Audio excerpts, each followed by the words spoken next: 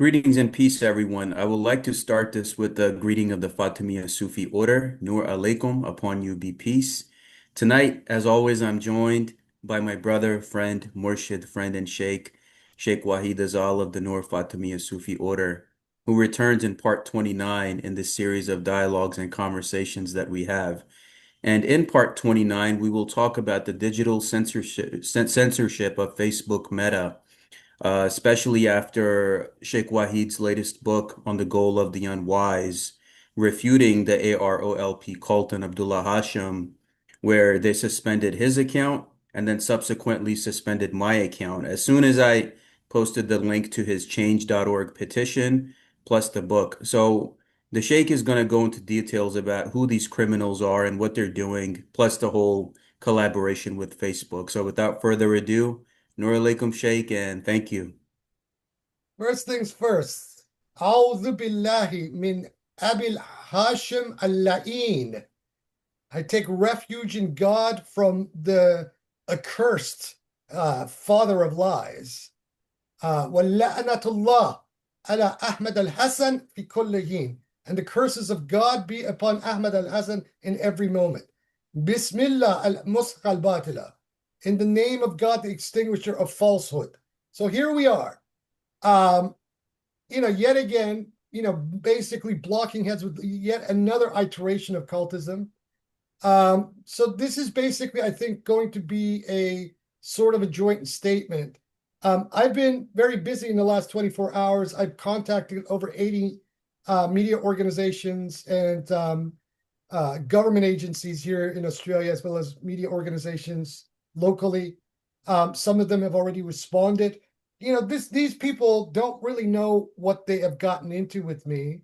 They are not in the same league as the Baha'is or Dugan, both of whom have much more solid state actor people behind them. The Baha'is, the state of Israel, and also then Dugan and his people, the Russian FSB and the whole Russian state infrastructure. So I'm not one to, take this sort of, BS games that these people play that easily. I am a seasoned veteran. I've cut my teeth over 30 years in locking horns with the Baha'is and reducing them to size on a certain level. What is interesting, though, to me is that, when I was looking deeply into CESNUR, this CESNUR lobby based out of Turin, and, my senses told me to, look for the Baha'is in their website, and lo and behold, you get a whole, you get page after page after page. So this lobby is a veteran in itself. I mean, it was founded fairly recently in the last 20, 30 years, so it wasn't around in the 1970s. But the fact that it is an exclusive lobby for NRM, so it has clientele like the Scientologists and all these very similar kind of people. And one of its co-founders was, one of the most prominent scholars looking into the Temple of Saturn, this cult that committed mass suicide back in the 90s. And you look at the profile in these people, and you just all based on public domain research. I'm not a member of an intelligence organization or a media organization. I'm a independent player, but I have research skills and I know where to find information. And the stuff that I found out about CESNUR and what it is up to and what its own contacts are, and especially the political affiliations of its leading founder, that goes back to an organization that at one point in its early days was outright advocating Opus Dei kind of positions. Was the very far right wing of the Catholic Roman Catholic Church that had problems with the Vatican II reforms.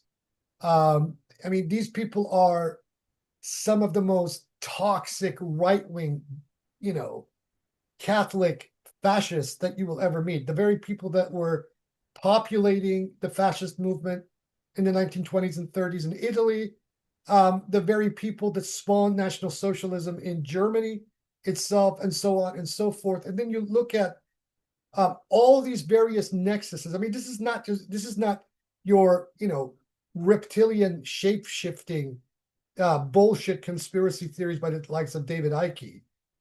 This is real world conspiracy facts. This is the way that power moves allies itself with various things. This is the nature of capitalism. So there's no, like I said outright, there is no such thing as the Illuminati. These are, stupid pipe dreams of people who have nothing, don't have genuine perspectives on the world or real research skills. But if we were going to substitute something along that lines, I mean, the historical evidence proved to us very clearly that this can be nothing more than the Catholic Church itself. At least, some of its very powerful institutions, such as the Vatican Bank, its various orders like the Jesuits, the Benedictine monks, and on and on. Organizations very closely allied with the Curia of the Church. This is the College of Cardinals and the Pope and his bureaucracy and all of that. So we're talking about the oldest power structures of the Roman Catholic Church, the very people responsible for at least spawning the ideological basis of Western colonialism over the last 500 years, the very institution responsible for creating white supremacist ideology is the Catholic Church. So all roads do in this specific case literally lead back to Rome. And with CESNUR, the CESNUR lobby, this is now a unassailable fact that this is a Roman Catholic and Vatican operation. However, this is only one side of the story, because the church, like any corporation, in a project such as this, always partners up with other entities. Number one, this is for the reason of plausible deniability. Number two, it is also for the reason that these sorts of operations require not just representation, but expertise in all kinds of facets of things. And usually this denotes a state actor. And in this particular case, given the behavior of Facebook, even though I was very careful not to implicate Israel too much in both of those two studies, just by reason of the facts alone, the behavior of Facebook over the last 48 hours is extremely strong circumstantial evidence of the type that you can actually submit before a case in a courtroom, that the state actor that we're looking for is Israel. And that so then the state entity responsible for pulling the strings of this AROPL is none other than the Mossad. We're dealing with, basically the usual culprits. Now, no one can accuse me of anti-Semitism here, because I have made a very firm and categorical distinction between the Sabbatian Frankists, and this was a term coined in this specific hyphenated form by Rabbi Marvin Antelman in 3 volumes of studies that he made about these Sabbatian Frankists, entitled To Kill an Opiate. So this was a rabbi. And, even though I disagree very markedly with certain elements of his research and reasoning, I think by and large, in principle, he hit a bullseye in these 3 studies.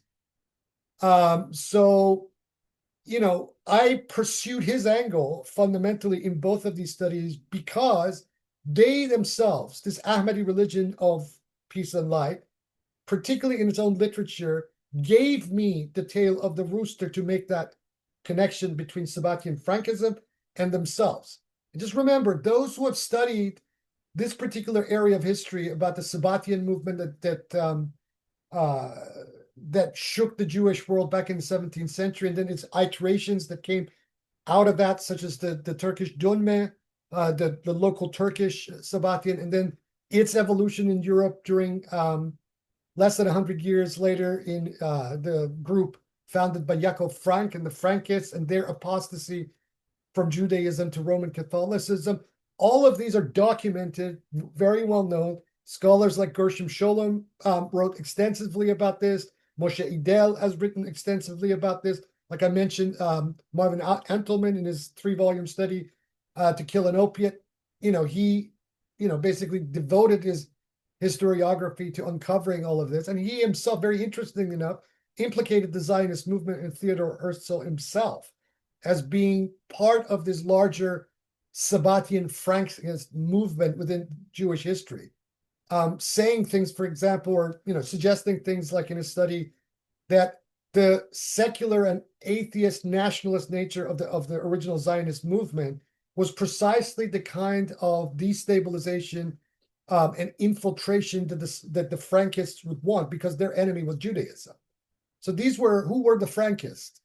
The Frankists were founded by a Polish Jew by the name of Yaakov Frank, who pursued the radical antinomian Kabbalistic teachings of Sabbatai Tzvi. Sabbatai Tzvi was this failed fall messiah of Judaism that rose in the middle of the 17th century, engulfed the entire Jewish world. And then finally, when he was summoned to Istanbul, he apostatized from Judaism to Islam precisely in the year 1666.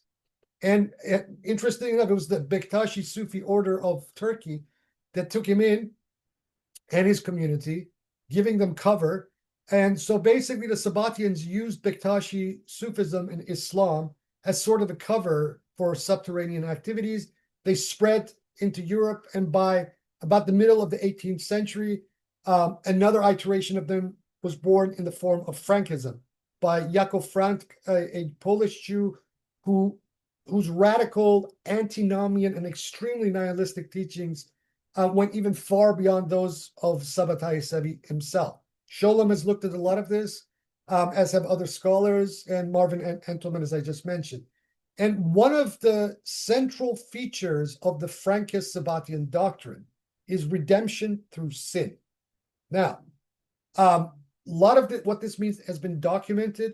One particular document that actually I only found out about recently, that I put in that section where I analyzed Abul Kazib's Treatise of Divine Insight, aligns almost precisely with this Sabbatian Frankist treatise, where it is taking this whole trope in the Kabbalah about the exile of the Shekinah and the raising of the holy sparks in the form that the Kabbalah talks about, the Tikkunim Olam, and constructs or fabricates this hyper-sexualized narrative that not just borders but breaches outright into the realm of pornography.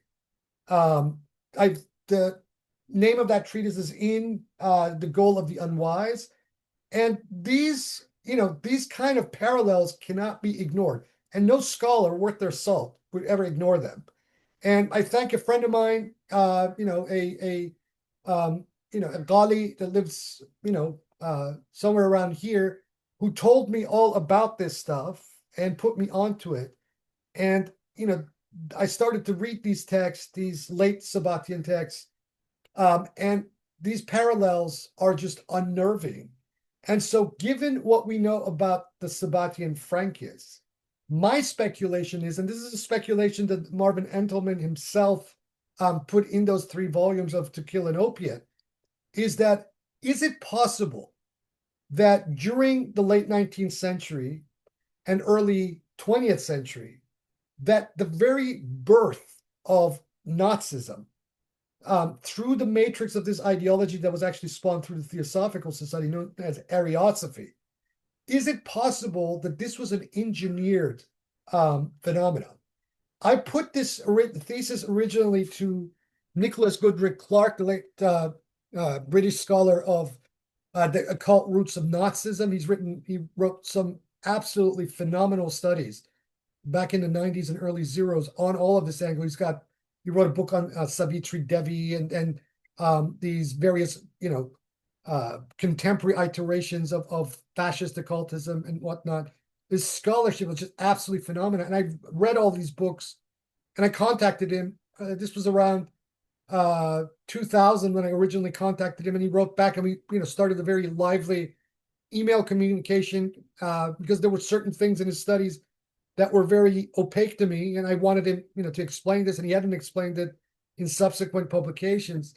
And I pitched this to him. I said, just like as a hypothesis, do you think it is possible that the birth of Ariosophy and the NSDAP itself may have a Frankist Sabbatian pedigree or provenance of some discrimination? He said, funny you should say that, because when he was writing the occult roots of Nazism, he said he came across massive amounts of circumstantial evidence placing a figure, for example, like Rudolf von Sabotendorf, who was one of the founding members of the Thule Society, in the nexus of the German, Austrian Frankists that had been kind of suspicious. There were suspicions that these people were some kind of a Frankist cabal in Europe, and other individuals within the Ariosophical movement of Austria and Bavaria during the late 19th century. And I said, well, why didn't you mention this in any of your studies? He said, well, because, number one, I did mention it, but my editors cut it out. And number two, to really, this would have expanded certain areas of the argument that would have made the book balloon to 3 times the length that it was after it was published. And he said that he had subsequently been looking and researching for this angle to perhaps publish something, but he died, unfortunately, in 2012.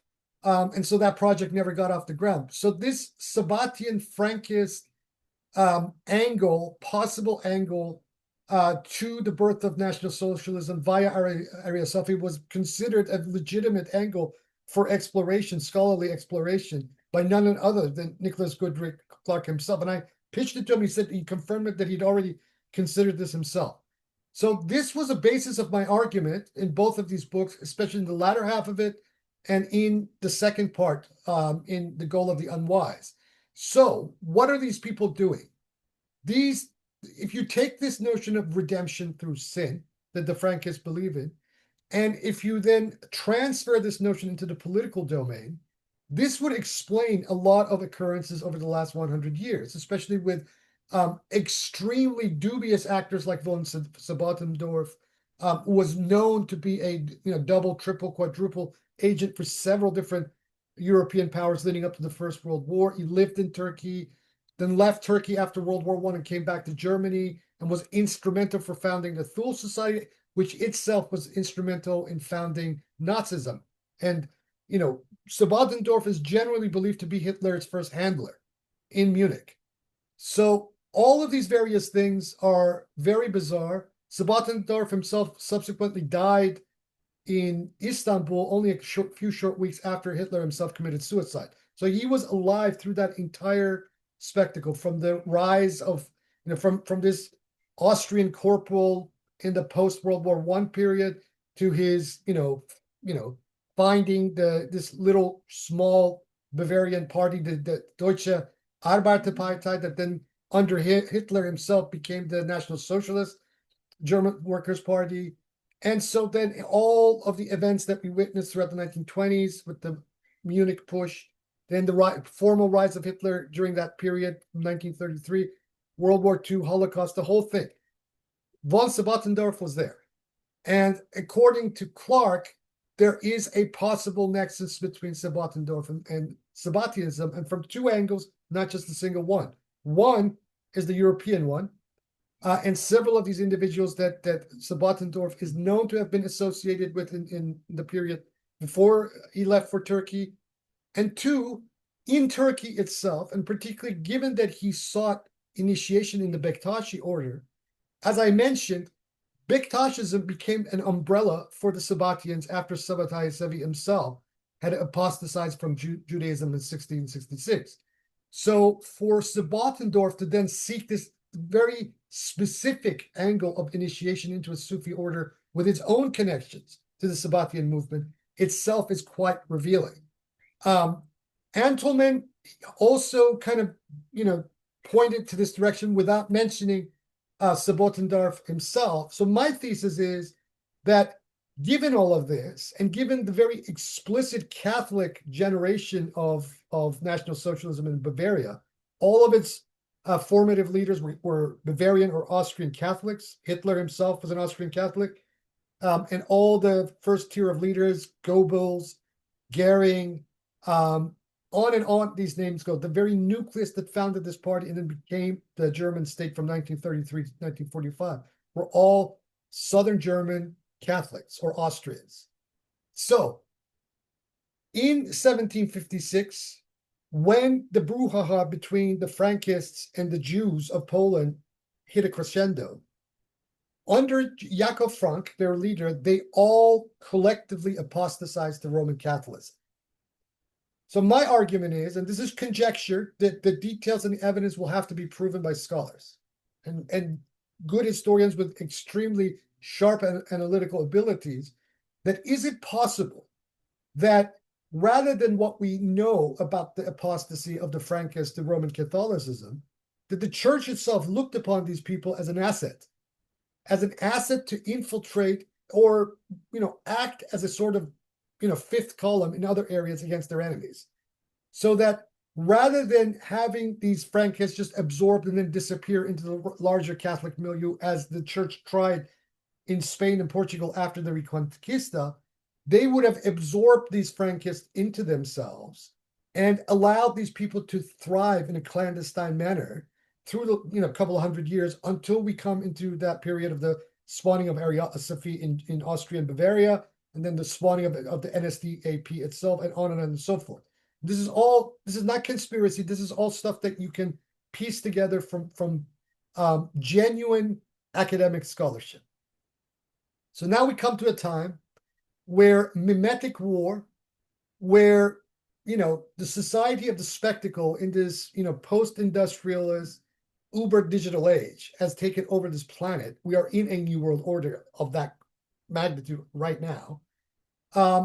All of a sudden, out of nowhere, some former conspirological documentary filmmaker who had his tiff with the aliens, then jumped ship from the United States altogether to avoid legal exposure in a lawsuit the aliens had brought against him, finds himself in Egypt and is there right in the middle of the Arab Spring where we know now the involvement of not just the American intelligence establishment, but a whole plethora of intelligence establishments around the world to destabilize these, Arab secular governments, whether it was Hosni Mubarak himself in Egypt, Gaddafi in Libya, Bashar al-Assad in Syria, Ben Ali in Tunisia, and so on and so forth. That this whole domino thing happened and destabilized that region and plunged that region for a couple of years into absolute mayhem, out of which came groups like ISIS and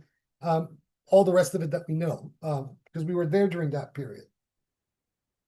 This guy comes and declares himself the Mahdi in 2015, preaches a syncretic doctrine of UFOlogy and something that resembles a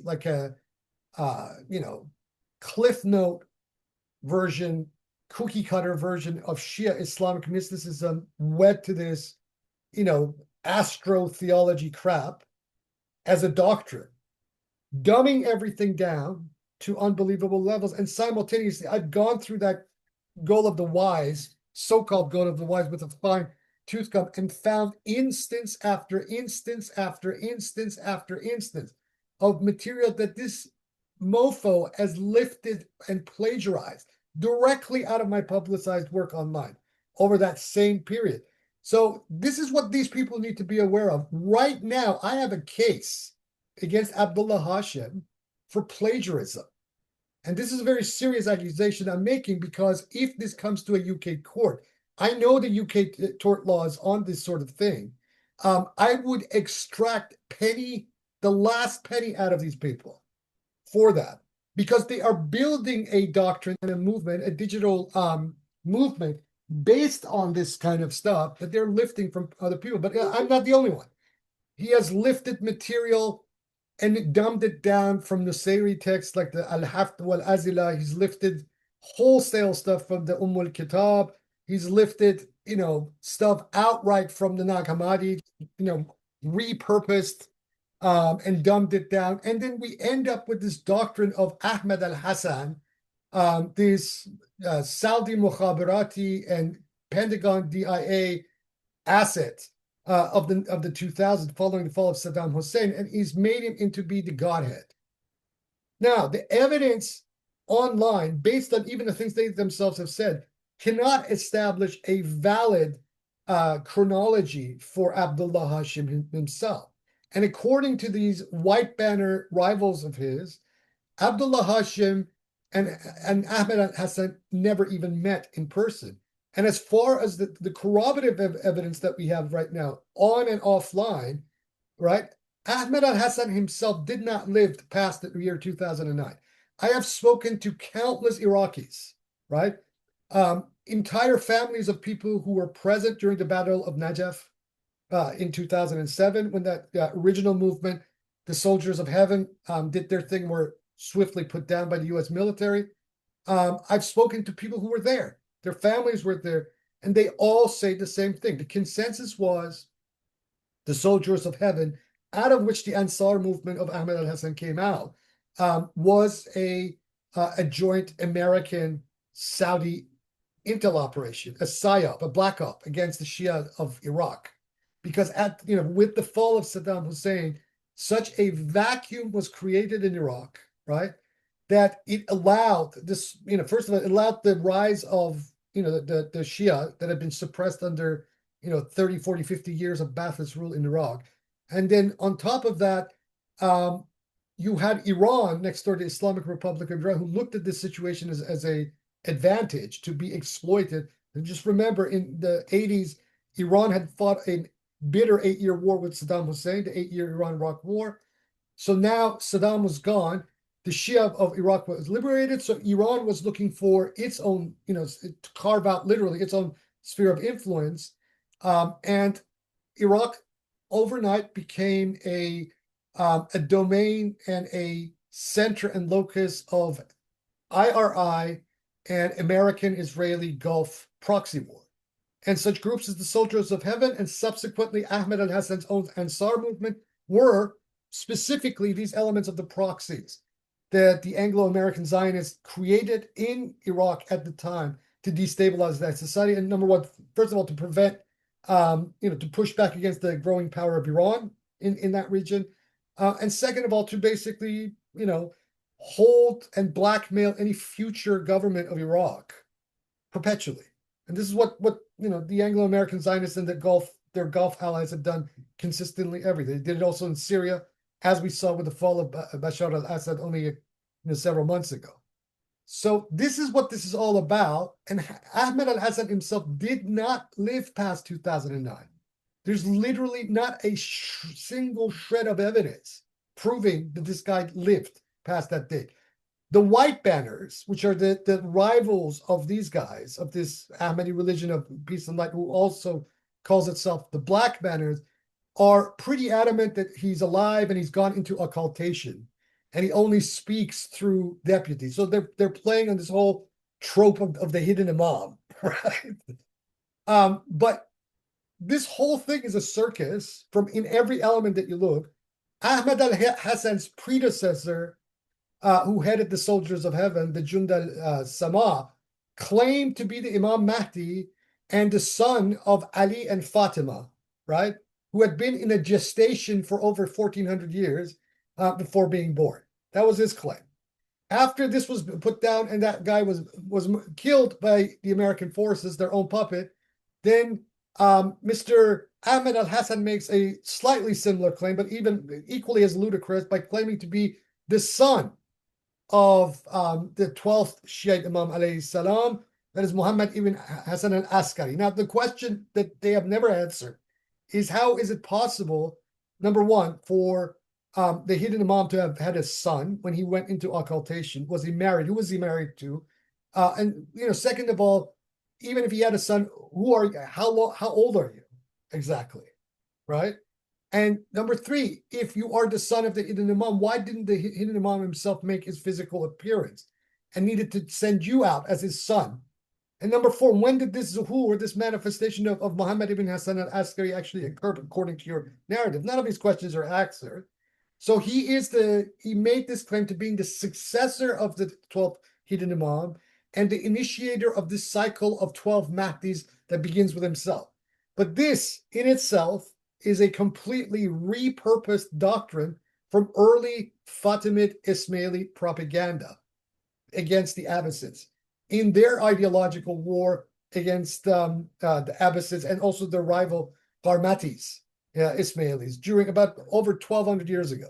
Okay, and this is the basis of this whole will and testament that they keep harping on about, that finds itself into uh, Al-Numani, one of the hadith collectors, early hadith collectors, in one specific text.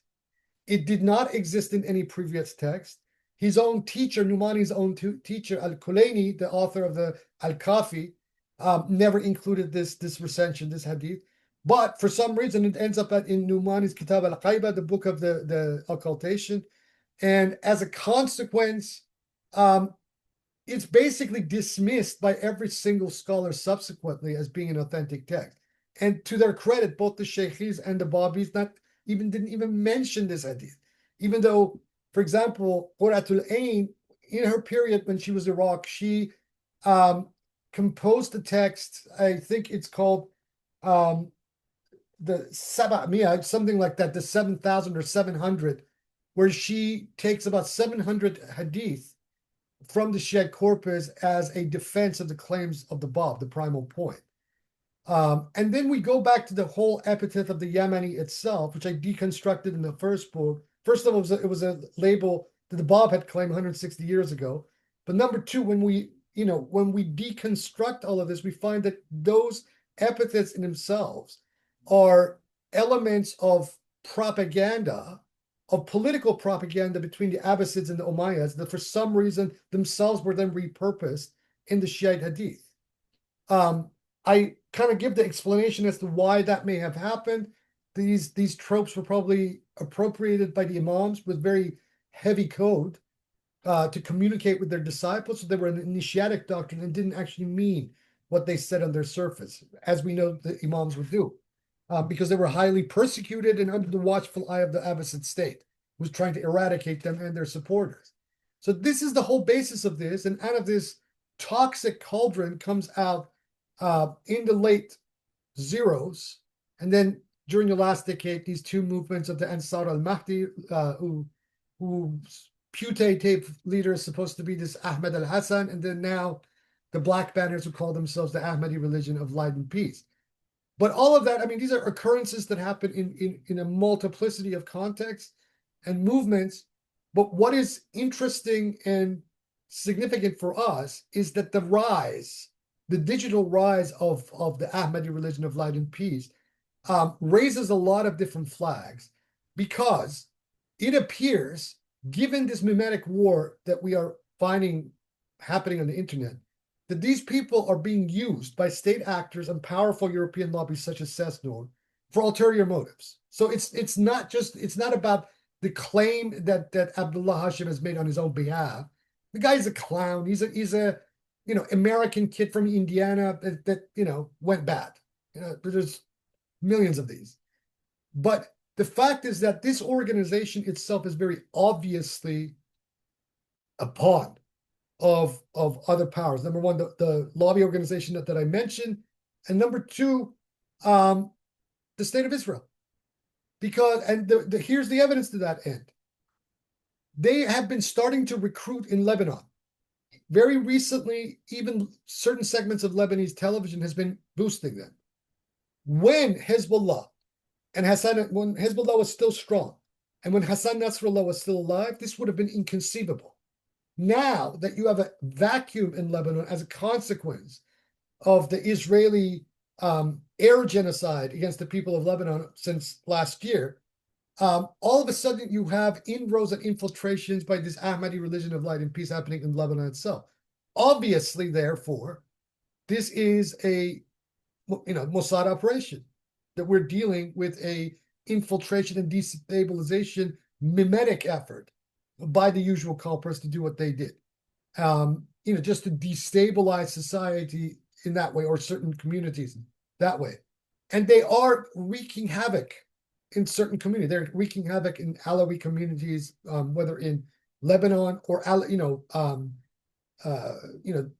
diaspora and expat Alawi communities all spread out all throughout Latin America. And so this dawah is very single-mindedly targeting not just 12er Shiite, but Shiites of all hues and shapes, even Ismailis. Now, the Aga Khanis are on firm ground because the Aga Khanis have a lot of intellectuals amongst them, and they look at these people as utter clowns. They can't make even the slightest inroads into that particular community. But communities like the Alawis, whose Morshidun in Syria are currently on the target list of al-Julani and his Wahhabi head-chopping thugs. They are vulnerable. The Nusayri community of Syria and other similar communities. So this is what we're dealing with. And we have all the same patterns as every single cult out there. I mean, the patterns are almost textbook. They're ticking off every single box: abuse, visa scams, all, just keeps going and going. And then, the pilfering and the plagiarism, all of this stuff that we know about other contemporary abusive cults have perpetrated in the past. So what is this other than, the usual psyop? So then the question is asked, that as a consequence of my self-publication of these two books that are both now cataloged and indexed by the National Library of Australia, what is going on the part of Facebook that they suspend my account and they also then temporarily suspend your account for promoting and defending me?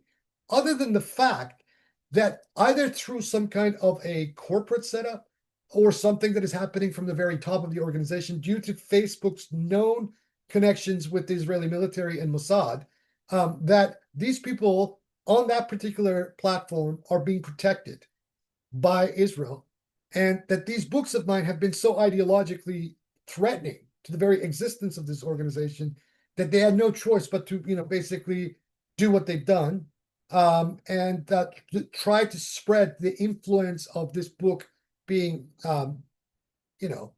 shared across the platform of Facebook itself. But you can't stop this. I've put this book everywhere. It's in an indexed national archive library catalog system. It is on archive, it's on academia.edu, but it's also places like Libgen, Anna's Archive, on and go. I mean, I have seeded these two books far and wide, right? Now I'm, contacting hundreds of media organizations, some of whom have already positively replied to me. I'm involving local politicians and members of parliament here, government agencies, and on and it goes. So they really are barking up the wrong tree by trying to pick a fight with me. I mean, they could have, this Abul Kazib could have instead instructed his Google-eyed cultist followers to maybe respond. But they can't respond because the analytical charges with the evidence that I put into those books is such that if they even attempt to answer any of them, there are landmines in a single argument. They won't be able to do it. So what do? They have to do these sorts of things that all these various cult organizations always do as a matter of course, and where Facebook, as long as we have known, has been perpetrating this sort of thing. It was doing the same thing back during the last decade. In the lead up to the Trump election in 2016, I was regularly experienced. I lost one Facebook account back then because I was trying to push back against some of these alt-right, proto-MAGA people. And then, it's happening now, with this. So, and back then we knew that Israel was fully involved in trying to get Trump elected into the White House. And these guys are obviously in some fashion one of Israel's many pawns. No surprise there. But with the involvement of this lobby organization tied directly to the Curia of the Vatican, this CESNUR. So the Ahmadi religion of peace and light is not so much about some kind of a new age, new religious movement. It is more about geopolitics than anything else. And it's a disruptive project. And fundamentally, it's a startup. As a business model, the way that it is operating and behaving in every single way, and I mapped this all out, and I said it all in summary in the last one, we are dealing with a startup and nothing else. So here we are. Over to you. Yeah, Sheikh, definitely. And my first question I can't hear you, Salman. is, do you hear me? Hello? Hello? Okay. Your voice is gone. Do you hear me? Yeah, now I hear you. Okay, go ahead. My first question is, where do they find these characters from?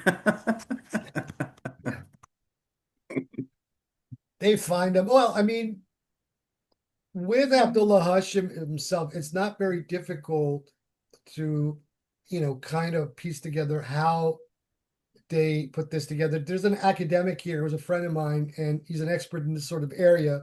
And I was talking to him quite extensively. He didn't want to be acknowledged. I said, okay. He said to me that it's an open secret, and there is extensive documentation in other sources of this, that back during the 1970s, Yeah. there was extensive evidence that the CIA was spawning all manner of New Age cults in Europe and in the United States both, and particularly in Germany, as a way to fight the influence of the left on the continent, as well as in the long term to kind of seed ideas that would potentiate what we then witnessed in 1989 with the fall of, the Eastern Bloc. Now, the Eastern Bloc had its own problems. Those communist states were totalitarian Stalinist states, and they felt, and they good thing they did too. But the fact is that the West has never been exactly innocent of various things. And they destabilized the democracies of the West itself, Germany, France, the Scandinavian countries, etc., in this very protracted and dirty war against the Eastern Bloc. And this dirty war against the Eastern Bloc also had events in South America, the so-called Dirty War of the 1970s, beginning with Pinochet's coup of 1973 against Salvador Allende, the continuing war of the CIA as of the late 1950s against Castro in Cuba, which, most scholars now believe one of its blowbacks was the assassination of JFK. On and on these examples go. So for them to spawn this variety of New Age cults, and we can speculate as who these can be, is part of an ongoing problem. So now these powers, that you don't even have necessarily implicate the CIA as an organization directly in this. But now, because the transition was made, especially as of 1992, from the Soviet Union to Islam as the new enemy, right? All of these resources have now been redeployed and redirected towards that to fight the Muslim world. And in this, all forms of subterfuge occur. So they even will concoct groups. We know for a fact, for example, that Al-Qaeda, in the form that it became Al-Qaeda under the hand of Osama bin Laden, was itself part of the strategy of the CIA during the war of the 1980s, that it funded and facilitated against Soviet occupation there. And then this Frankenstein monster that they created, that out of which also came the Taliban as the remnants of the Afghan Mujahideen, then turned against them in what they're telling us as the events of 9/11, which has more holes in it than Swiss cheese. But these are the sorts of things that they've done. This, as much as I don't like using this terminology, and it became so popular in the 9/11 truth and conspirology subculture, the action reaction solution dialectic is a very real thing, and it is a strategy that these people have employed and followed through on in a variety and a myriad of settings and situations throughout the world. And this is not conspiracy. This is stuff that any straight-laced, decent historian with good analytical skills and methodology can very easily, throw out at you. So this is what we're up against. And my conclusion, after years of looking at, events and situations in the periphery of what we're talking about in the Ahmadi religion of peace and light, has led me to the conclusion that the head of the snake is none other than the Roman Catholic Church itself. Now, by that, there's no doubt. There's no question. I mean, we're not necessarily even implicating an individual pope, but elements of the curia itself, that is the high bureaucracy of the church around the pope, but institutions specifically like the Vatican Bank and these various orders attached to the Vatican, such as the Jesuits, the Benedictines, and Dominicans, and on these goes. They have played an incredibly sinister and nefarious role in world events that at least we can document to be the case for the last 500 plus years. So in the face of the kind of things that the Catholic Church has been behind, either directly itself or has been in the background encouraged to do, why do you need an Illuminati when we have them? So right there, this whole, motif that a lot of the conspiracy people and 9/11 truth people have latched onto can very easily be dismissed when you look at actual concrete material historical events and those actors who have embodied it. So right there, this is the thesis that I'm working with. Then you look at like I mentioned, the Frankists, this extremely insidious, nihilistic, antinomian cult known as the Frankists was literally absorbed into the Catholic Church. And just remember, these are the same, apostate Jews that were actively encouraging pogroms against fellow Jews in Poland and other parts of Europe. They were very deliberately and unequivocally pushing the blood libel nonsense against fellow Jews, right? So this, you see a pattern here, and a pattern that seems to emerge in a very organized political format as of, I would say, 1897, with the formation of the Zionist movement itself. Because all the things that people usually attribute in a very negative sense to try to stereotype Jews are things that the Frankists actually did against other Jews, very markedly. One of the conversations that Nicholas Goodrick Clark and I had, and he said he didn't want to ever go on the record for it, but here are his views about it to me, was that he said that he had suspicions for a very long time that this, rancid anti-Semitic document known as the Protocols of the Elders of Zion may have very possibly been a Frankist fabrication, deliberately to smear European Jewry, and to just initiate this mass hatred and pogrom against other Jews.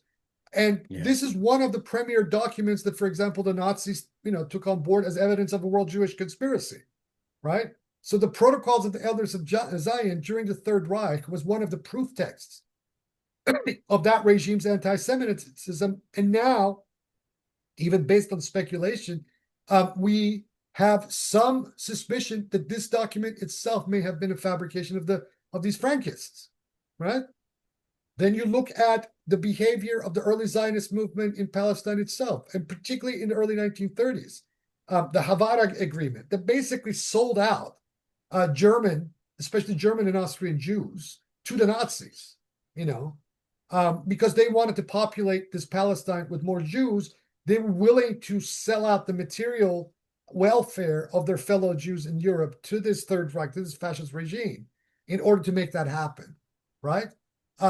Then, all kinds of stories and scholarship and studies have come out over the years of very heavy collaboration of people who may have been of outright Jewish stock within the Nazi system. And even beside that,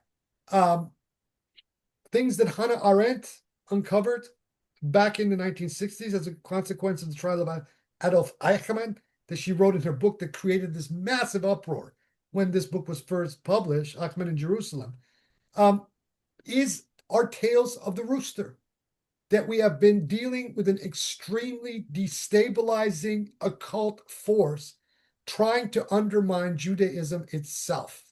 These are not Jews. Let me emphasize this. I am not an anti-Semite. I despise anti-Semites, right? With a passion.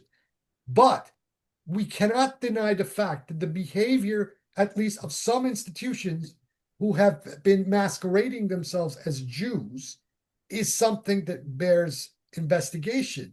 And we have the historical evidence from a variety of angles, and particularly this angle of the Sabbatian Frankists, which other Jews such as Marvin Entelman wrote extensively about. We have that angle to investigate a possible nexus of these people to the Frankists. And it's not just, the Ahmadi religion of light and peace, but a whole plethora of things, the whole Zionist movement itself, as being a Sabbatian Frankist plot against other Jews and against the entire Jewish world. Because if you look at the behavior of the state of Israel over the last 70, 80 years, what could have generated this kind of hatred against Jews to the degree that the Zionist project of Israel has? the genocide of the Palestinian people, whether we're talking about the first Nakba or now over the last 2 years in the second Nakba that is going for broke, for full scale liquidation of Palestinians from their own the land of their forefather. And this can only mean that there is a third force that infiltrated these people over the last 100 years and has been systematically pursuing its own aims in their name, right? While its final game, its end game is to destroy Judaism itself from within. And this And can, if you look at Albert Pike, right? If you look at his Third World War letters, it tells you that there will come a time, especially with the Third World War. There are many apologists in the Masonic world who say that, oh, those letters were hoaxes with the Albert Pike and all that, but there's truth to it. And the third one basically tells you that the world of Christianity, Judaism, and Islam in the Third World War will equally destroy each other, and we will exhaust the world financially, physically, morally, what we're seeing with the age of chaos. And when the time comes, we will bring out the forces of nihilism and atheism and show them the true light of Lucifer. So which is I mean, now. that's exactly what it is. Even in the Bible, right? In the book of Yes. Revelation, they tell you About those the that are sin, it Jews talks that are about not. I mean, even though I mean the book of Revelation, as far as biblical scholars are concerned, is a late text, obviously a pastiche of material from other sources that was attributed to John of Patmos, so it was obviously not penned by him. But even if we take the book of Revelation as a literal revelation to John of Patmos, it speaks about the synagogue of Satan, right? Yeah. And given that the Sabbatian Frankists overtly subscribe to this doctrine of redemption through sin, which incidentally is the title chapter uh, of Gershom Schollem's The Messianic Idea in Judaism, which is an excellent book that people should go and read. That I think is the seventh chapter of that book is entitled that Redemption Through Sin. And there he investigates in detail from a strictly historical and historiographical level this trajectory of what the Frankists were up to. So the argument that I put forth, that Marvin Entelman put forth, and other scholars have put forth, is just basically an augmentation of what Gershom Scholem himself was talking about.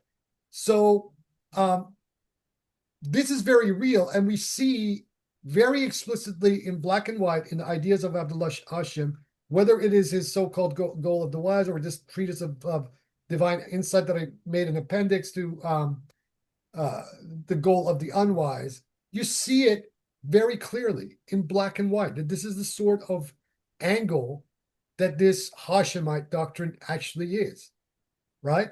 Now, the white banners, from what I have learned about them, these people are very straight-laced, 12er Shia, very conservative, but they just have this very kooky angle about, their founder, Ahmed al-Hassan.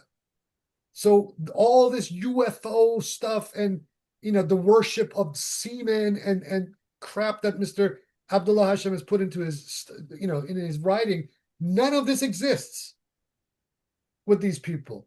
I looked at some of the Arabic publications that these white banners have published, the electronic versions of them that are available, and I looked through them, and there was absolutely nothing in there. And if I ever do a future version of these last two studies that I did, this is what I'm going to look at. I'm going to look at the available literature of speeches and discourses by Ahmed al-Hassan itself, and then juxtapose that with what we know about Abdullah Hashem's nonsense, and it's clear as day that there is not even a glimmer of this filth that Mr. Abdullah Hashem has claimed as a doctrine and put as words into the mouth of Ahmed al-Hassan as being the doctrine of this Ahmadi Yemenist cult.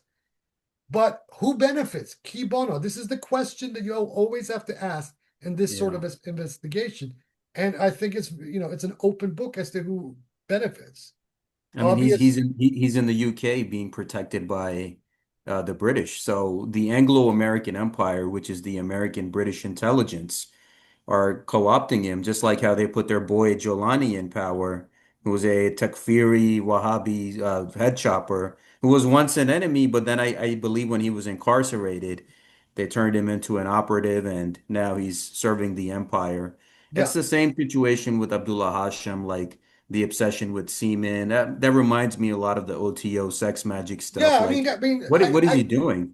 I didn't mention this at all. What I wanted was clear historical.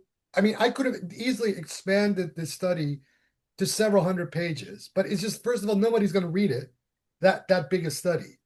Um, or if they do, it's going to be just a very group of very tiny specialists at some university somewhere.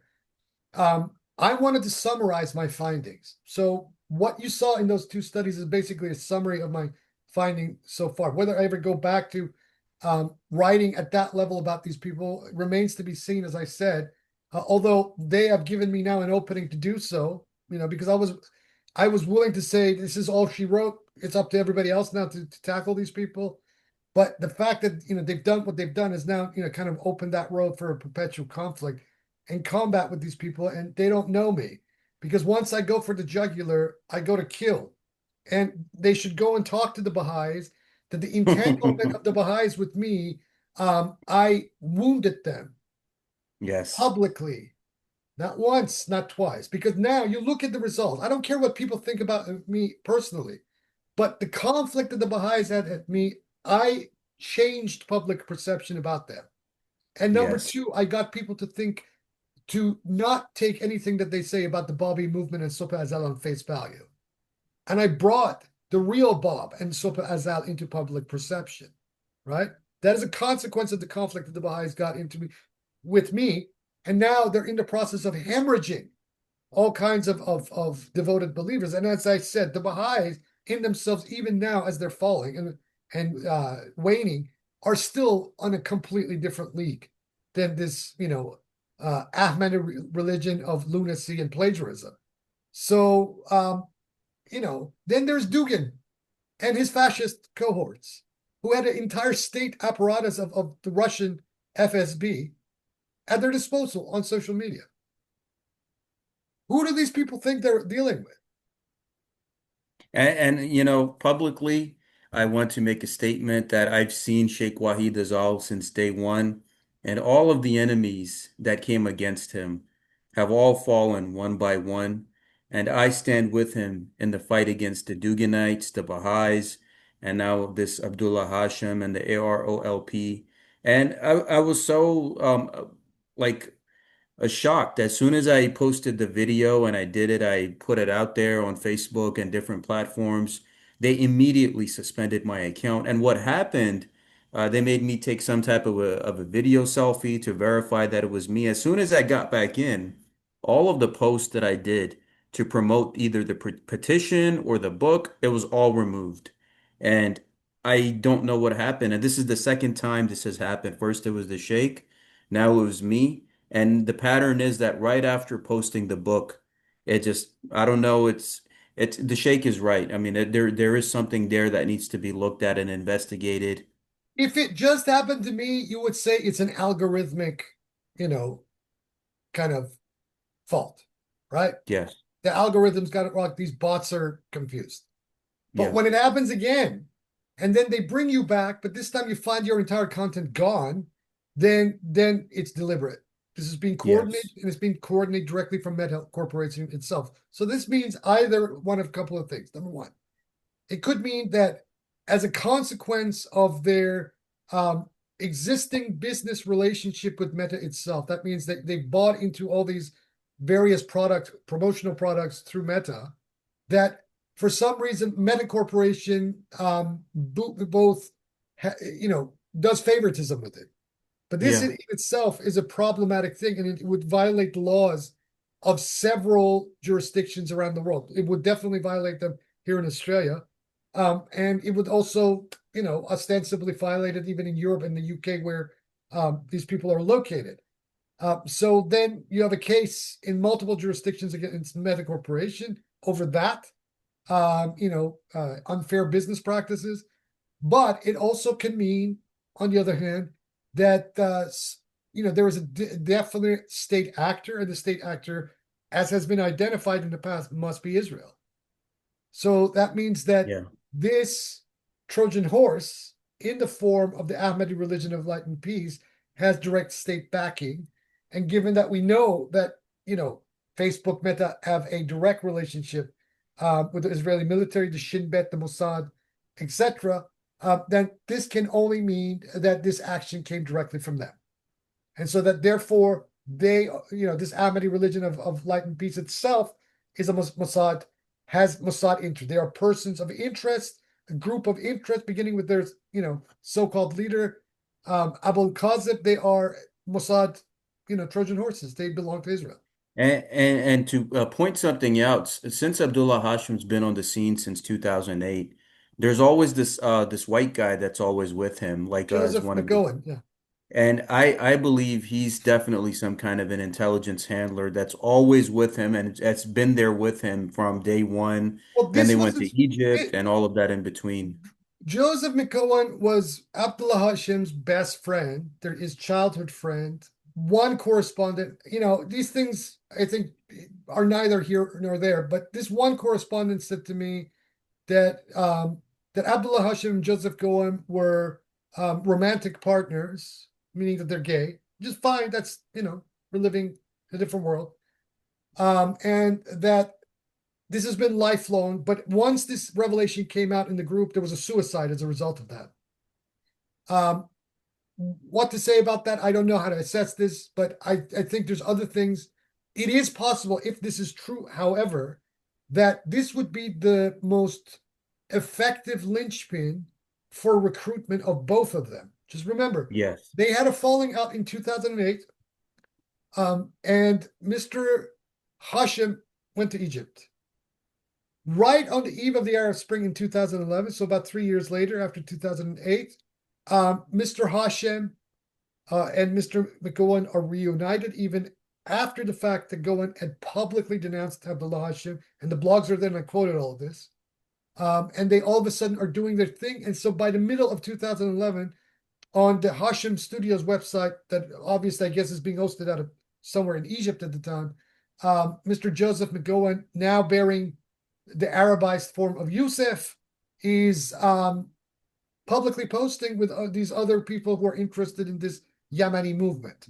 And that in itself is very suspicious, because in the way that you publicly denounced your friend of a lifetime, then 3 years later you have a rapprochement and you come back together.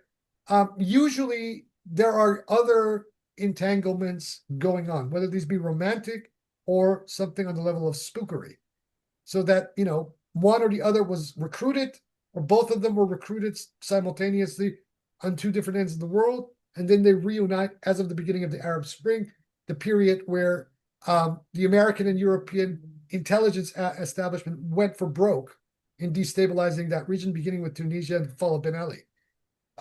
And what can one say about this, other than the fact that then this implicates this entire Yemeni movement in its Black Banner iteration as being nothing more and nothing less than an obvious Trojan horse. Now, Yes. who would they have been recruited by? Whether it was the CIA or the Mossad or some European intelligence service, it could be all of them at the same time. But who would derive the most benefit from something like that, especially the personality of Abdullah Hashem himself, longtime filmmaker in the conspirology world. He had, created quite a name for himself through those two documentaries that he made, the Arrivals and the other one. So recruiting someone like that is something that Israel would be, very, enthusiastic and eager to do. And I believe that they succeeded, and that all of the various tales of the rooster show that what we are dealing with, in fact, is an Israeli psyop, or at least one element of it, because the lobby group CESNUR, or CESNUR itself, is an extremely sus organization as it is, with not just one, but probably a multiplicity of graveyards in its own closet of actors and clients that it has had. So, this is a project. This is a startup ideological project. Several things obviously have been trial ballooned here. I listed some of these things and what they may possibly be. And here we are. Yeah, and you're definitely right, because In the Assassin's Creed video games, I know it's a work of fiction and it shows the Hashashin like in a different light. In the specific game Brotherhood, Assassin's Creed Brotherhood, the main character is involved in taking down all of the Catholic Church corrupt officials inside Rome, and the Catholic Church is shown in that game to be involved with this cult called the Romulus cult, who Hmm. wear like the wolf heads, and their headquarters are right below the Vatican. And in one mission, you see like the cardinal interacting with the person at the satanic altar on how they're manipulating the people together. So whoever's in charge of making those games, the Assassin's Creed video games, they either have a cult background or they know stuff or they are tied to some intelligence. They do expose the information in there on how corrupt the Catholic Church is. If you want to see those portrayals, look at the Brotherhood game and the second one, where the Medici family and the Borgia family, they're involved in a shadow war with each other. I found that very fascinating on how that is pointed out on how all of these roads lead to Rome. They do. They do get to do. I mean, and you think about it, at a time that the West itself is in obvious decline, and this imperial system that America at least embodied since the end of the Second World War is dying, a very well-deserved death too. Yeah. That all of a sudden these sorts of things crop up out of nowhere. So I am not remotely surprised about that. But what people need to understand ultimately is that these are diversionary tactics. And they are designed in such a way to address a multiple array of problems. Number one, the fortunes of the Catholic Church itself are declining everywhere. Many flock are leaving it as a consequence of the pedophile priest scandals, financial scandals, revelations coming out about the involvement in the church with the dirty wars of South American 70s, and just on and on it goes. I mean, I know a lot of these, former lay Catholic people here in Brisbane, people whose families were very devout Catholics and whose children haven't set foot in a single church in the last 30, 40, 50 years and Yeah. wouldn't be caught dead in one. So this is a problem for the church, and particularly in the last couple of years when there was this big revelation here in Australia about Archbishop Bell, one of the biggest names of Roman Catholicism here in Australia, was implicated in a massive child abuse and pedophile priest scandal just here in Australia itself during the 50s, 60s, 70s, and 80s. So, the fortunes of the church are declining. So it must, in its desperation, it must do things like that. So, as I mentioned in that first section of the goal of the unwise, it is not outside of the realm of speculation to say that the church itself would create a action reaction solution dialectic to spawn or support the growth, this artificial insemination of this movement to then at some point in the future come to be the savior against it, right? Mhm. And I say Yep. this for a very specific reason because this whole spectacle of the AROLP in front of St. Peter's Square and the death of Francis was very suspicious. You know why? What and then for then Hashem to come and make a complete fool of himself. I am the successor of Jesus. The hell even does that mean? It's like that villain in Iron Man 3 who's operating out of the studio. But that's exactly what it is. These people are all state actors. They're perpetuated by these different religious and intelligence organizations to do the psyops that they are doing. And I paid attention to these people since the very beginning, since 2007 and 8. And I saw the rebranding of this individual's character where right after he went to Egypt, supposedly he disappears. He's not on YouTube, there's no website, nothing. And now all of a sudden he just pops back up So with that was like the this grooming following period. and people around That was him. that was the recruitment and grooming period when he went to Egypt, when he was on the run from the aliens from that lawsuit that they brought against him in California. So he went on the Yep. run to um, Egypt. That was where they recruited it and groomed him, and then bam, you go.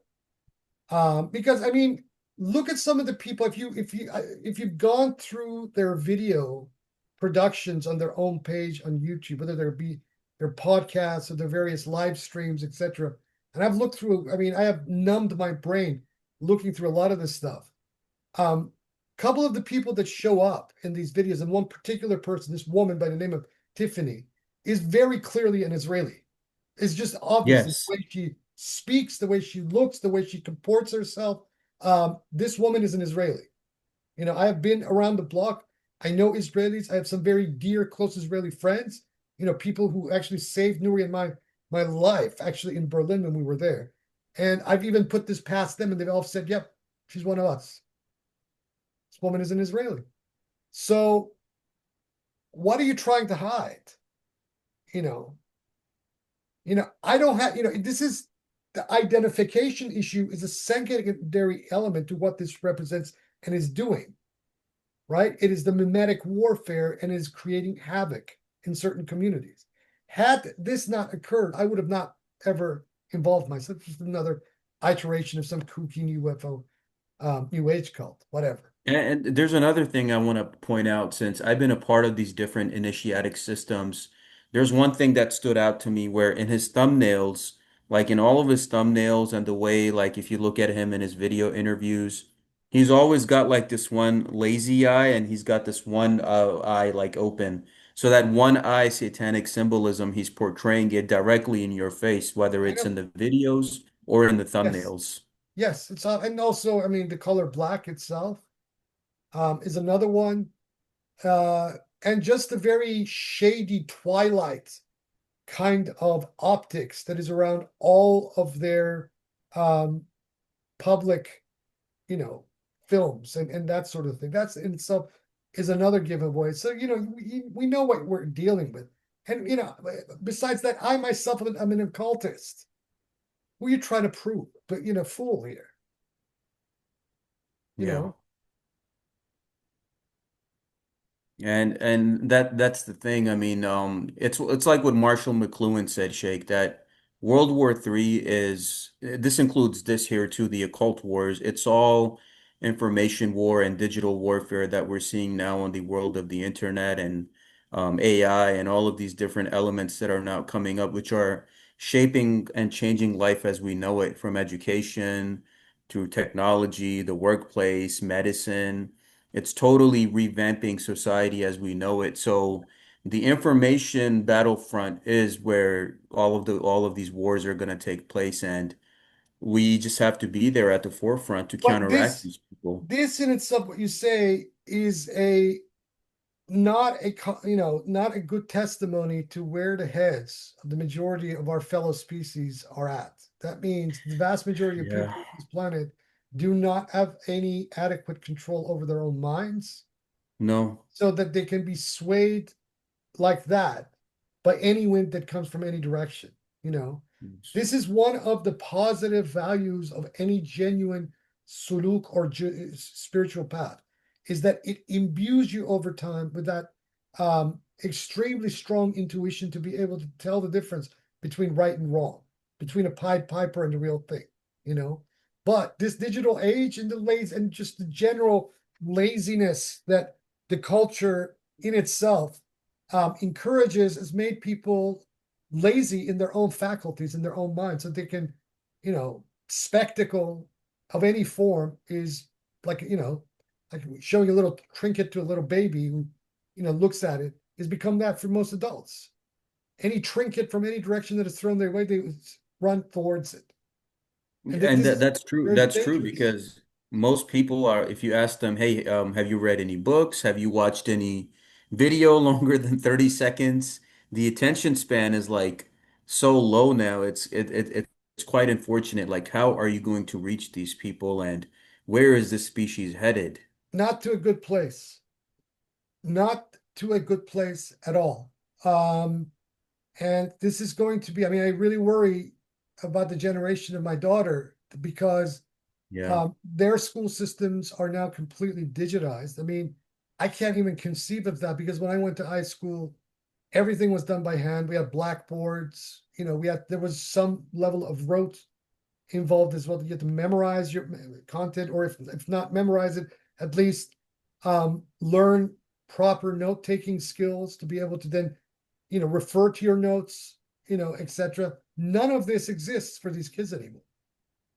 And you know what AI is doing in high schools and colleges? It's completely, I mean, it's making education obsolete because Yeah. these kids have these AI apps on their phones and on their watches.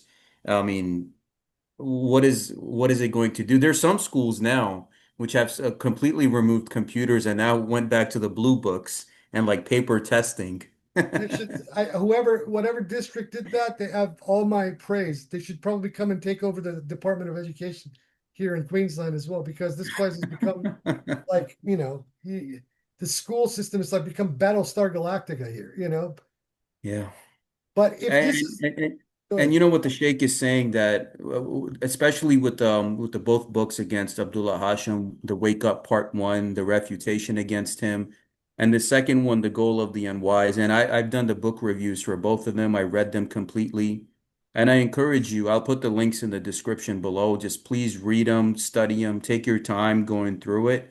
And basically it comes down to just having common sense. Don't be manipulated by these actors and these characters and these agendas, and just spread the word so humanity doesn't fall astray to their agenda. exactly. This is all we care about. This one idiot supporter of Abdullah Hashem on Twitter said, "Oh, you're doing this thing because you're jealous of it." Jealous of him. If I were jealous of this guy, that would entail that I was jealous of the fact that he has a Roman Catholic lobby and the Mossad propping him as their puppet. I'm not jealous of some. I mean, in fact, if let me be honest. I feel sorry for this guy. He doesn't realize, if he does realize it and can't do anything about it, then he has all my sympathy in the world and my prayers on top of that. But if he doesn't realize what he's doing, then that makes him, the chumpery is on a cosmic scale. He is not only a chump to the shayateen of this world, but he's also made himself a chump to the shayateen of the other side simultaneously. We're going to Yep. rip him apart. Yep. Your life is a precious thing, and who you give your heart and mind to is very important. It's this time has kind of made this fact extremely opaque to a lot of people out there. You got to be careful who you give your heart and mind to. Just like any woman and man should be very discerning before who they decide to give their life to and commit to in a marriage. The same is the Yes. case in situations such as this. Yeah, yeah, that's true. And again, it just comes down to common sense and just spreading the word. And Sheikh, if there's anything I failed to ask you, Well, I mean, this podcast is a sort of public, joint public statement by both of us, yeah. about the events of the last 24, 48 hours. This is now going to be part of the public record. So when these various media organizations and government bodies come back to me, we are going to be citing this amongst a whole litany of other things to them as, Hmm. just accumulating evidence of our public stance and situation, whether it be with Meta Corporation itself, or whether it be with this Ahmadi religion of lunacy and plagiarism. So yeah. And there's something else I want to add is that when I was looking into the whole Facebook censorship, many of the people who are activists who are promoting certain things, they said that when Facebook did this to them, they got their state attorney general involved, the office involved, and advocating through them, they were able to get their Facebook accounts restored. And 9 out of 10, they found out that their Facebook was deliberately targeting them.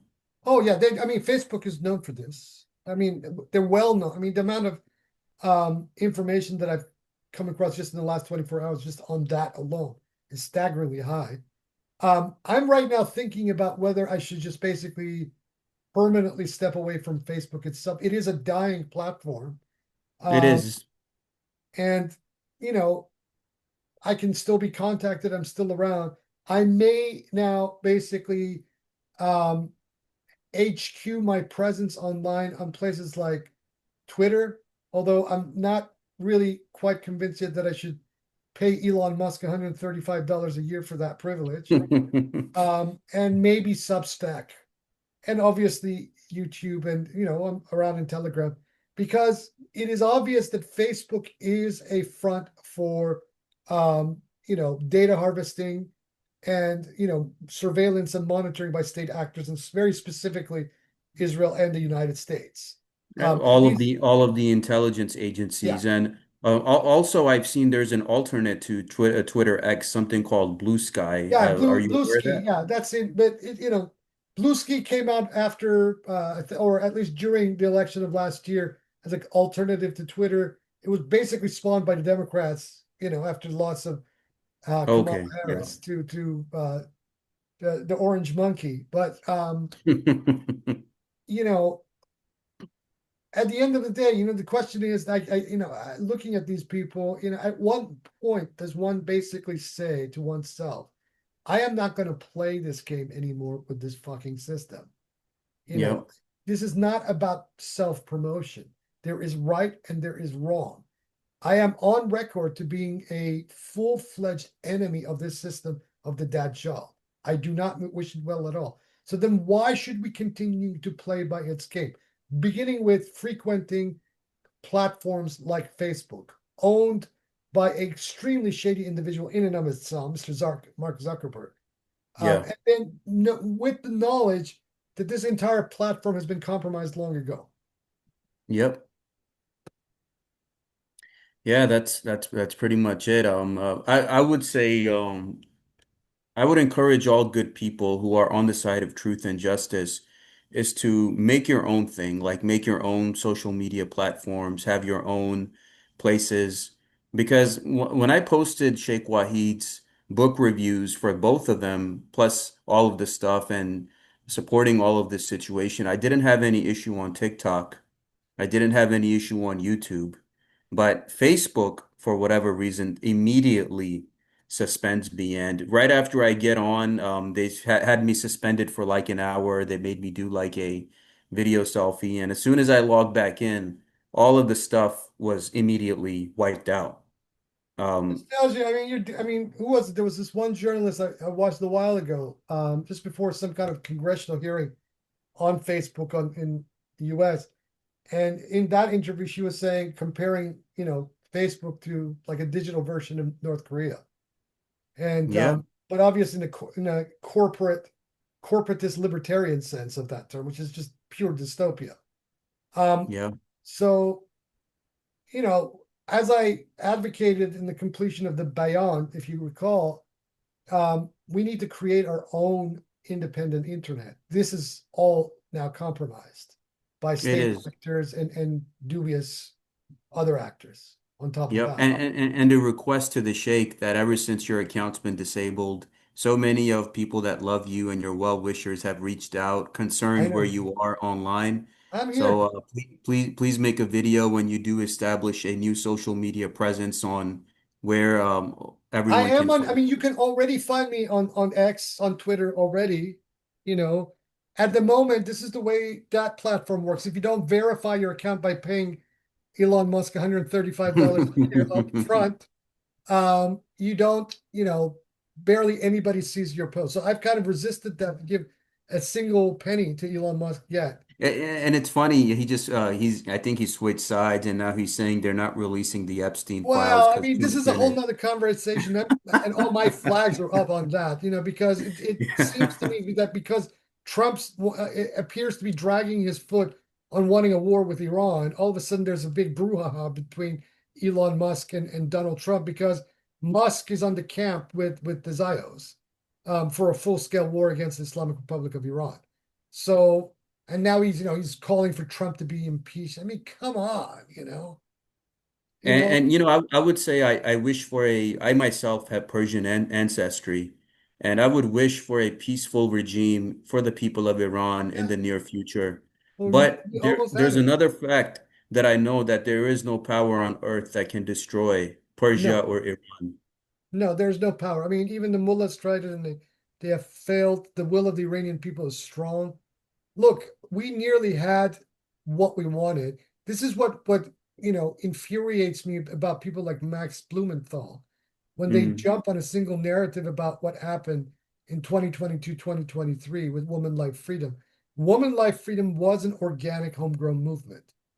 And I yep. defy him with the facts to prove otherwise because I can prove to him despite what his friends like Mohammad Marandi and others have told him recently when he was in Iran.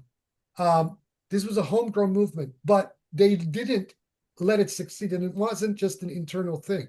The reason was there was great alarm in the Gulf, in these Gulf Arab countries, and including in Israel itself, because had a radical feminist movement in Iran succeeded in toppling the turbans, then the women of the Gulf, the women of Saudi Arabia, all of the women through the Arab world would want the same thing. And that would mean Yes. that all these various systems of wealth, power, and patronage in that region would have been upset like that. And as much as Israel itself pretends to be a very progressive society, that would have upset its power as well. Because if you have authentic regime changes in that region, and especially based on the kind of ideology that the Mahsa movement was pushing organically within Iran. I'm not talking about the people outside of Iran, but the folks in Iran were fighting in the trenches against the regime. Then this would have been basically the end of that Zionist domination of the region itself, because these women that would have come to power would have wanted complete systems of transparency. They wouldn't put up with these kind of corrupt systems of bakshish that have become toxically very common in that entire region, right? And so we would have had Yeah. genuine homegrown social democracies cropping up all over that region. And Israel doesn't want that. America doesn't want that, and these, um, Gulf Arab patrons of them don't want that either. They don't. I mean, Hmm. despite whatever these people say, they are never about democracy, freedom, independence, freedom of religion, and that sort. This is all talk. They've proven it time and time again. Yeah, yeah, absolutely. And you're right, Sheikh. I think this is something that we will have to see in our time. And yourself as the living mirror of the Bayan, I know you are a manifester of that change, which we will see in our Inshallah. lifetime. Just your Inshallah. efforts and presence alone are bringing that in. Inshallah. Inshallah. It's all in the hands of God. We are just God's vehicles. That is the name of the game. It's just a lesson that, and I know that Mr. Abdullah Hashem will be forced to learn at some point, sooner than later, that this Iblisian ego of his that he's worshiping and then projecting all of his various toxic psychological issues upon, that's not where it's at. The real God, the true living God, is something else entirely different. Yeah, and we will have to see what she has up her sleeve. Inshallah, we will. We will. So with that, I conclude part 29. I give my love to Shaykh Wahid Azal, and I'm always with him in his fight against the enemy, whether it's this new cult, the Baha'is, the Duganists, whoever it is. We must always stand for the truth with the time God has given us on this earth. So with that, until part 30, Nur alaikum. Ya Haq.